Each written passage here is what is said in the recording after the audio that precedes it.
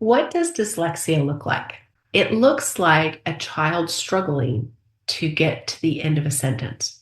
It looks like a phonetic nightmare, like the sounds just will not come together to create words.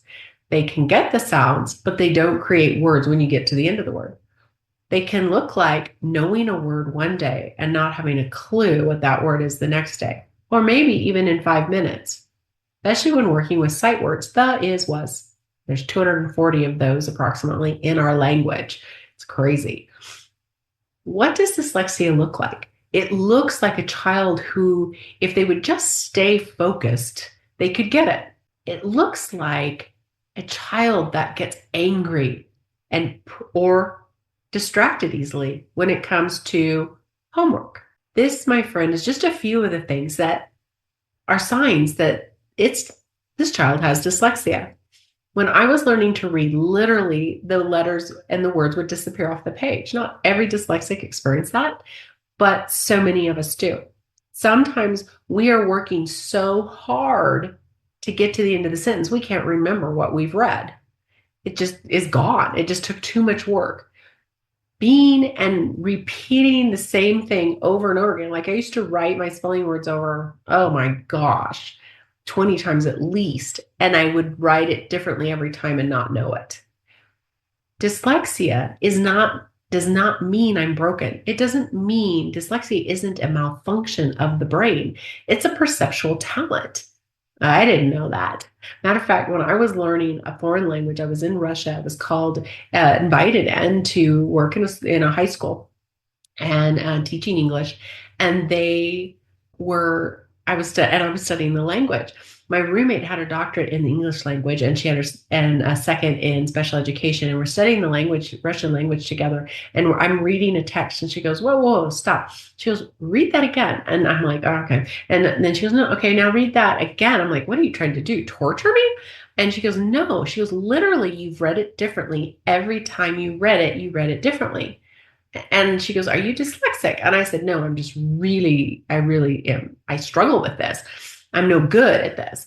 And she goes, "No." She goes, "Talk to me about your first grade. Talk to me about your second grade, third grade. What was that like? And I said, "It was torture." I said, "People said, well, if you would just try harder, then, and I'm like, you have no idea how hard I'm trying."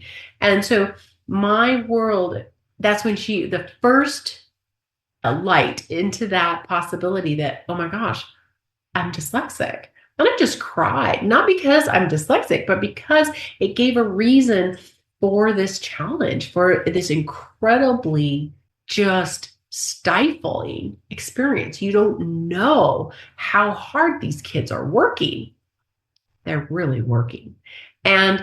But it doesn't appear to be. Dyslexia appears to be slow, like you're slower. But in actuality, the brain is moving faster than the average thought or thinking style. They're actually moving faster. So they're actually working harder than what it appears. The brain's trying to figure this out. It doesn't know why the mistakes are happening. The reversals, a lot of people talk about reversals. Talk about, the B, D, Q, P. Those are pretty, and sometimes E's and threes. Those are the common ones. But they don't talk about the pain and the amount of struggle that the amount of trauma the individual is actually experiencing.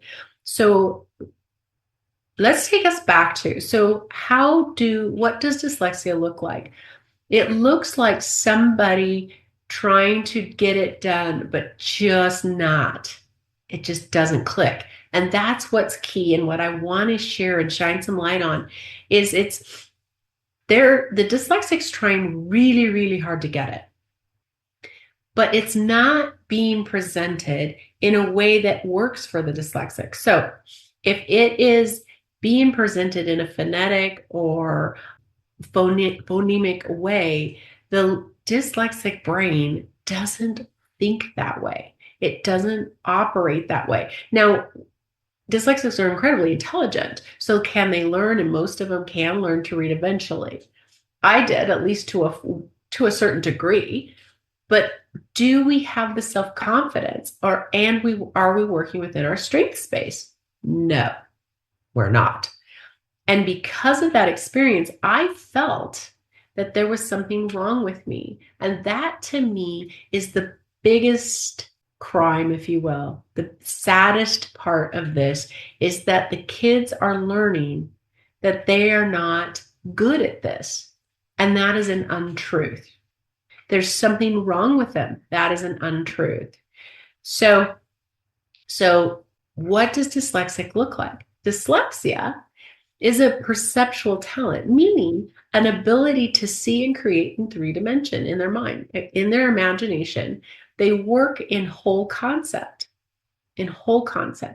So what does something mean means what does something look like and how does it work? It doesn't mean the pieces that build the word up. That comes later. It first starts with understanding what something is. Then once you know what something is, then you can add the pieces, the symbols to CAT. Well, what is it? It's a furry 4-legged animal, most of the time domestic, has ears and nose, all the details about a cat.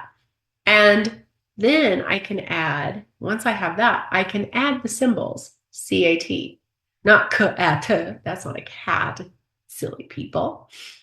It's CAT. And that when I see it, I know is a furry something, something, something. So what does dyslexia look like? It looks like somebody that's highly intuitive.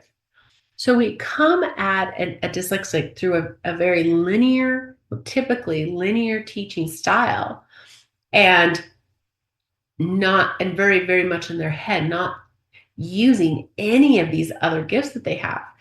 They are not just physical gifts, but also their intuitive gifts. So they're highly empathic usually. And how does that look? So what does something feel like? What's the sense of that? Yeah, exactly. What does a dyslexic look like? It looks like somebody that when given the concept and the idea first before the symbols, they will learn faster than most people in the classroom. What does dyslexia look like? It looks like somebody that's going to know and feel the barometer. So an emotional intelligence, absolutely. So the potential to embrace and through understanding what are the gift sets of a dyslexic will cause them to understand themselves and grow as who they authentically are designed to be. We can either shut these people down by staying in a very phonetic, and however, there's different combinations of that approach that will literally shut these gifts down and shut these people down. Or we can cause them to blossom and be innovators and leaders in technology, in inventions, in design, and so much more by letting them develop as who they are, by understanding a little bit more about who they are. If you have more questions, I can wear my energy hat and my learning specialist hat at the same time, and we can discuss, are you dyslexic and your child? Let's talk about how we support that and help them embrace the gifts in being a learning difference person.